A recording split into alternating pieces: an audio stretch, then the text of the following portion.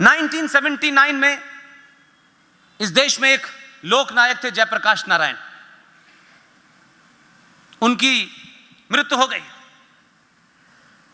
सब लोग रहे होंगे 79 में, I was just in high school. लेकिन क्योंकि उनकी खबर बार बार आती थी, उनका रक्तचाप बढ़ गया है, 2 बार उनकी खबर आई कि वो उनकी डेथ हो गई है। तो उस दौर में एक बड़ा चेहरा थे, हम बहुत छोटे थे। वो घटना मुझे आज तक याद है। लेकिन जो उसके ऊपर दूसरी घटना हुई, उस पर मेरी शिकायत है। बहुत समय के बाद जब उनकी डेथ हो गई तो पार्लियामेंट के अंदर सुमित्रा जी, कुछ लोगों ने कहा कि उन्हें श्रद्धांजलि देनी चाहिए। तो उस पे दूसरे लोग खड़े हो गए, उन्होंने कहा कि इनको श्रद्धांजलि कैसे दी जा सकती है, ये तो हमारी संसद के सदस्य नहीं है। बात आई गई हो गई। इसलिए मैंने कहा कि उस वक्त तो जनसंघ के अंदर बड़े बड़े ऐसे लीडर थे, खासतौर से एक साहब जो अभी जीवित हैं, पढ़ते लिखते हैं, लंबे समय तक पार्लियामेंट में रहे, उनको तो यह घटना प्रत्यक्ष में पता होगी, हमको तो पता नहीं हो सकती। अभी हाल के दिनों में एक किताब मिली मुझे, और एक बिल्कुल कांठी के कांग्रेसी ने, जो जवाहरलाल नेहरू के प्रेस सेक्रेटरी थे, इंदिरा गांधी के जमाने विदेश मंत्री थे, पाकिस्तान में भारत के उच्चायुक्त भी थे, उन्होंने एक किताब लिखी। और वो किताब लिखते हैं और बड़ी मजे की बात लिखते हैं। 79 की घटना, जयप्रकाश जी के जाने का मामला, उनके ऊपर यह विवाद होना कि उनको हम श्रद्धांजलि नहीं दे सकते क्योंकि वो संसद के सदस्य नहीं है। एक किताब है जिसे कुंवर नटवर सिंह ने लिखा है, वो जीवित हैं और बेबाकी से लिखा है। किताब का नाम है one life is not enough. किताब के 42 नंबर पेज के लास्ट पैरा की लास्ट 2 लाइनें अगर आप सुनेंगे तो आपको लगेगा कि क्या हम लोग जो उस वक्त थे संसद में, यह सवाल उनको नहीं पूछना चाहिए था।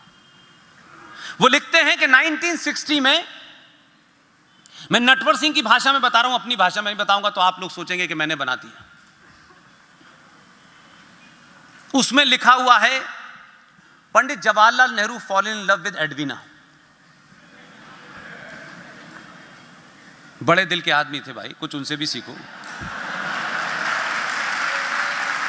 आप इस पेपर भी हंसेंगे यार, और इस मामले में बड़े जनरों से थे, किसी को भी दे देते थे। विषय ये कतई नहीं है। सवाल यह है कि उसमें लाइन मैंने नहीं लिखी, नटवर सिंह ने लिखी है। और आखिर में उन्होंने लिखा कि 60 में मैडम एडवीना माउंटबेटन का कोई मलेशिया या इंडोनेशिया के किसी टापू पे देहांत हो गया। 60 में जवाहरलाल नेहरू ने भारत की पार्लियामेंट में एडवीना माउंटबेटन को श्रद्धांजलि दी।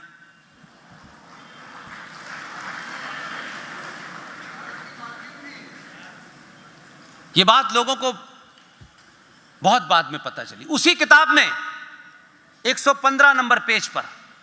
इसलिए मैं कह रहा हूं कि आपको सिर्फ उन्हीं के शीशे से उन्हीं को आईना दिखा देना है, अपनी तरफ से तर्क नहीं देना है।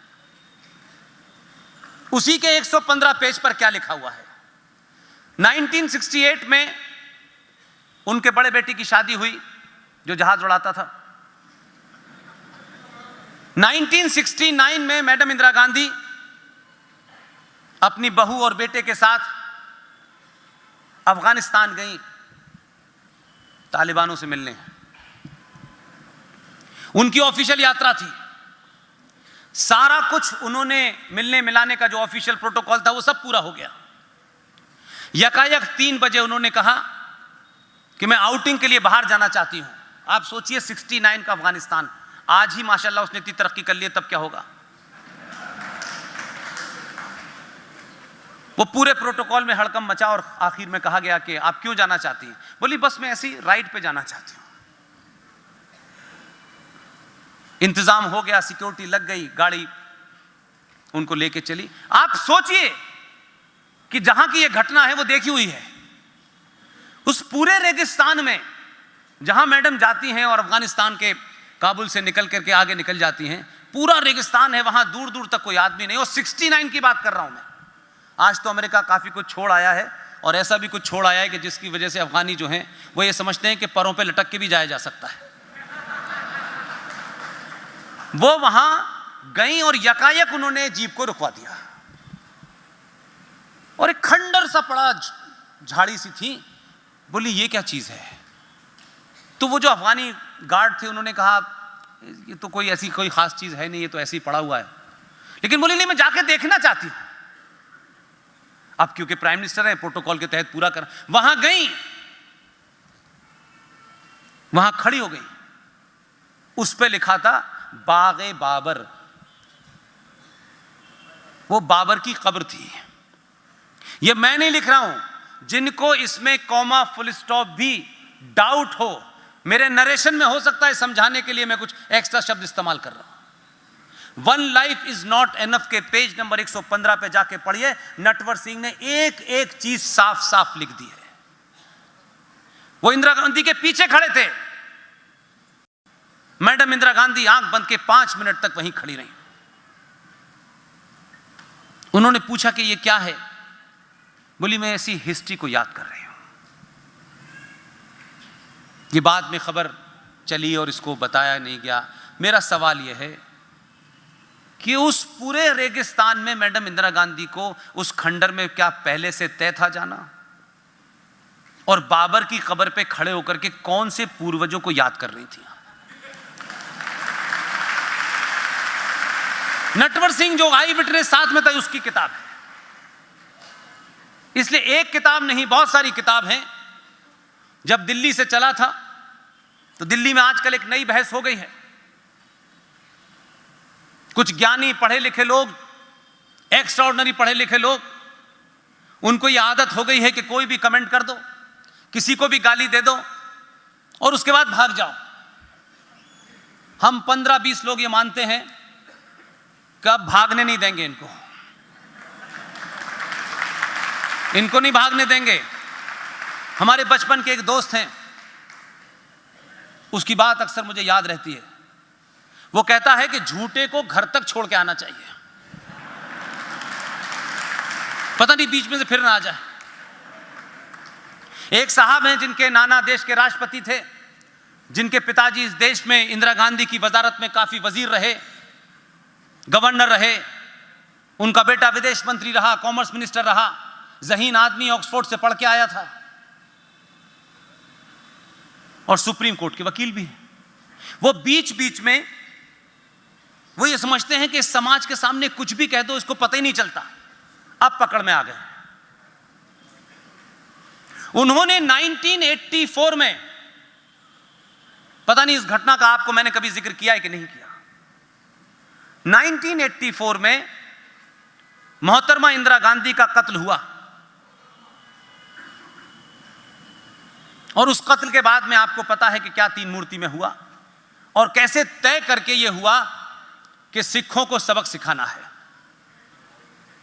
और एक ऑर्गेनाइज तरीके से, वेल डिजाइन तरीके से लोग भाड़े पे लिए गए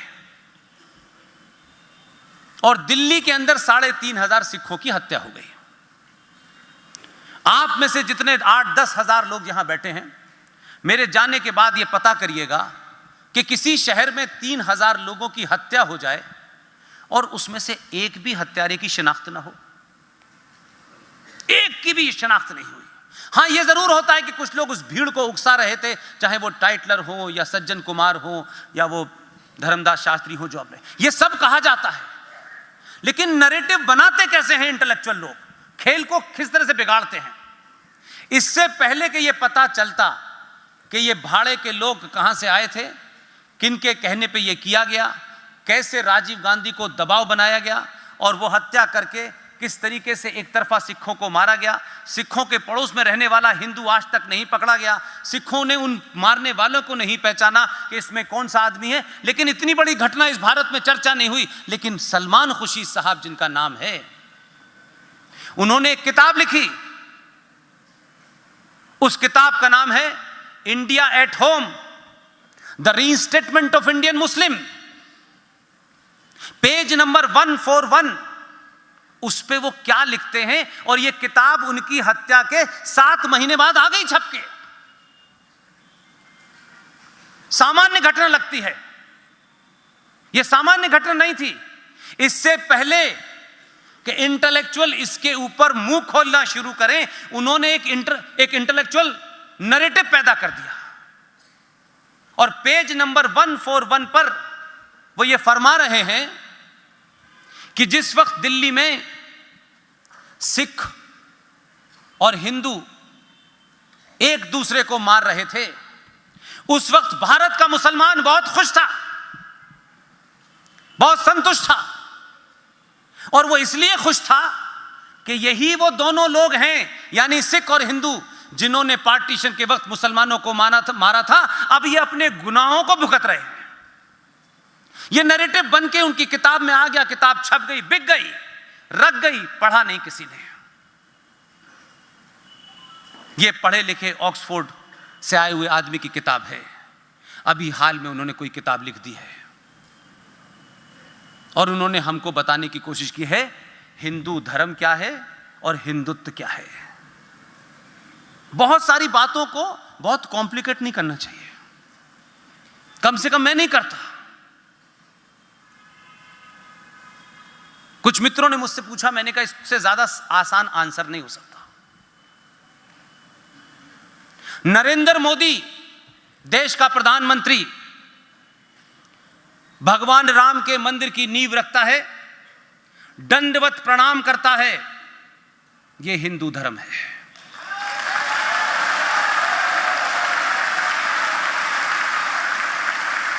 और वही दंडवत प्रणाम करने वाला प्रधानमंत्री बालाकोट में घुस के मारता है, उसे हिंदुत्व कहते हैं।